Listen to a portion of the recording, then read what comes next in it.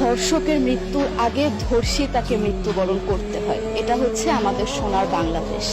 একজন ধর্ষকের জীবনের মূল্যটা এত বেশি যে তাকে ফাঁসির মঞ্চে দাঁড় করা যাবে না।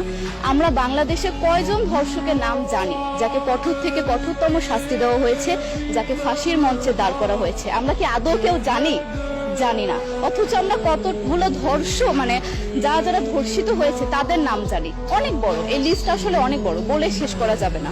কুমিল্লার তনু, মাগুরার আসিয়া, 2 দিন আগেও কিশোরগঞ্জে 8ম শ্রেণীর একটি ছাত্রীকে বাসা থেকে তুলে নিয়ে ধর্ষণ করা হচ্ছে। বাবার হাতে মেয়ে ধর্ষিত হচ্ছে, ভাইয়ের হাতে বোন ধর্ষিত হচ্ছে। আমরা আসলে নিরাপদটা কোথায়?